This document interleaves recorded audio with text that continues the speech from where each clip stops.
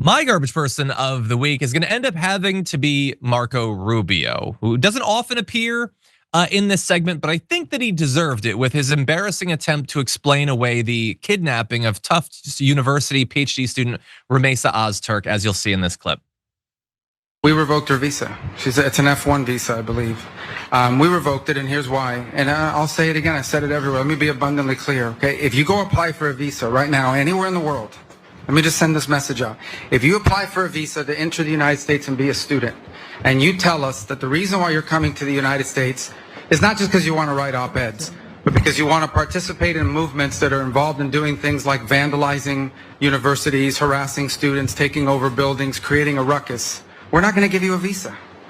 If you lie to us and get a visa and then enter the United States and with that visa participate in that sort of activity, we're going to take away your visa. I think it's crazy. I think it's stupid for any country in the world to welcome people into their country that are going to go to your universities as visitors. They're visitors. And say, I'm going to your universities to start a riot. I'm going to your universities to take over a library and harass people. I don't care what movement you're involved in. If you invite me into your home because you say, I want to come to your house for dinner, and I go to your house and I start putting mud on your couch and spray painting your kitchen, I bet you're going to kick me out. Well, we're going to do the same thing if you come into the United States as a visitor and create a ruckus for us. We don't want it. We don't want it in our country. Go back and do it in your country. But you're not going to do it in our country. Yeah, so that's obviously disgusting in a lot of different ways. First of all, on the you're a visitor. You're just a visitor. Whatever. What's the difference? You get banned or whatever. She had been at that university working on her work for 9 years. Maybe for all we know, could have ended up becoming a US citizen, being a part of America. And along the way, she apparently got this wild idea that in America, we have values. We're passionate about things. We speak out on things. No, you don't. No, you don't. Not if we disagree with what you're speaking out on. And throughout all of that, the most important thing is, he starts off by saying, not just because you want to write op-eds, but because you want to participate in blah, blah, blah. Creating a ruckus, he kept saying, putting mud on things and spray paint. She is not even being accused of doing literally any of that. The only thing they can cite is that she wrote an op-ed that didn't even mention Hamas. So the only issue they have is free speech that they don't agree with.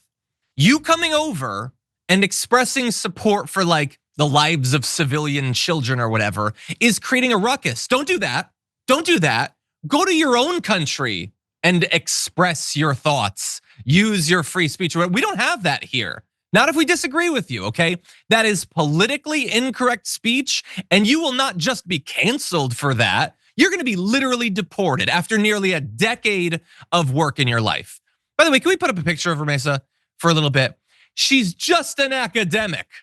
That's all she is. How terrified these tiny, pathetic, little sensitive baby boys are of her writing a goddamn op-ed that they didn't even read. Oh no, a year plus ago, you wrote an op-ed. It can't be allowed, we gotta get rid of you. We have to disappear you. So they sent 6 dudes in plain clothes who didn't even show their badges until she'd already been detained. Up until that point, I have no doubt that she thought she was just being kidnapped, because that's effectively what happened to her. And we're focusing on Rumeysa because that's, it's a tragedy. It's the story of the week. There are so many people being snatched off the streets, having their rights taken away, their life turned upside down, being deported, being disappeared to ICE facilities, just because they expressed support for Palestinian lives. And most of these cases, they can't even say that they spray painted anything or threw a can of soup for their family or whatever. They don't even have that pathetic, shallow, micron thin excuse for this utter violation of every most important and foundational American value. They just don't tolerate speech they disagree with. And that's what they're doing. And so they're going after her. They're going after so many different people. She wrote an op-ed in March of last year. And that turned out to be her greatest flaw, I guess. That's the fatal mistake that she made, was thinking after 9 years, these rights should apply to me too. And I can express myself. No, not in today's America, unfortunately.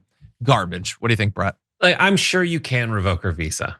I'm sure you have the right to revoke your visa, the woman's visa. But you realize you're upset with her thoughts. You're triggered by her thoughts. You're a Cuban refugee, bro. And did you look in the mirror?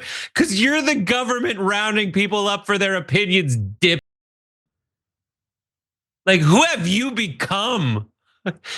Aren't you? Every time I talk to like all the Cuban refugee friends I have, they're like, it's like they round you up for your opinions, and they lock you up and they throw away the key.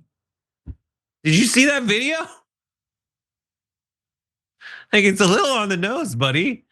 Yeah. It's so sad, and it's because. And why don't you like every time I also hear like the Republicans are like, we have better ideas. Let's win in the marketplace of ideas. You guys censor folks too much. That's what you just did. And Bill Burr put it really well. He's like, there's certain people, he was talking about Elon Musk. He's like, they're fine with a dictatorship as long as they're on the right side of it. That's all it is. And that is literally all it is, Marquito. And I just want to remind everyone, like they have talked for years and years about leftists being triggered by things and being snowflakes and being sensitive when they speak out about, like, I don't know, trans people being utterly annihilated by the US government or whatever. All these things where those with power and money or oppose their interests, they get triggered over these things where they have no power. In this case, they got their genocide. Israel right now is planning. There's like in their defense council, they're talking about a ground invasion to move everyone into a tiny little camp. And they're going to other countries in the region being like, can you take literally every Palestinian? It happened. They killed tens and tens of thousands of civilians. They're going to steal all of that land and turn it into a resort. And along the way, somebody said, hey, maybe don't do that. It didn't stop it. It's not like that op-ed started a national upswell of opposition to the war, and then finally we had to pull our funding, and then the Israeli invasion crumbled, and oh no, we don't get our imperialism. They got the imperialism, and they're still triggered that somebody stood up and spoke out against it along the way.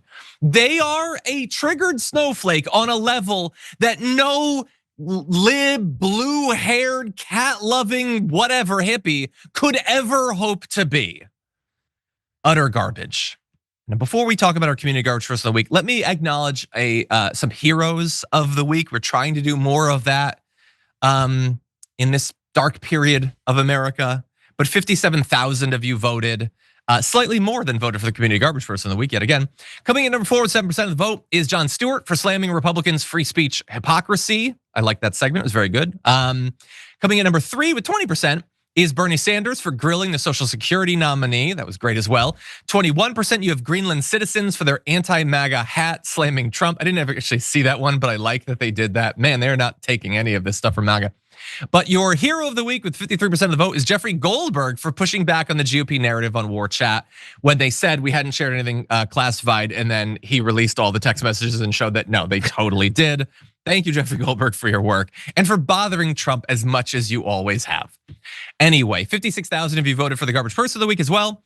Number 4 with 3% of the vote, Rand Paul for suggesting teachers have class sizes in the millions, which he did. Number 3, 10% of the vote for Kristi Noem for pushing to eliminate FEMA.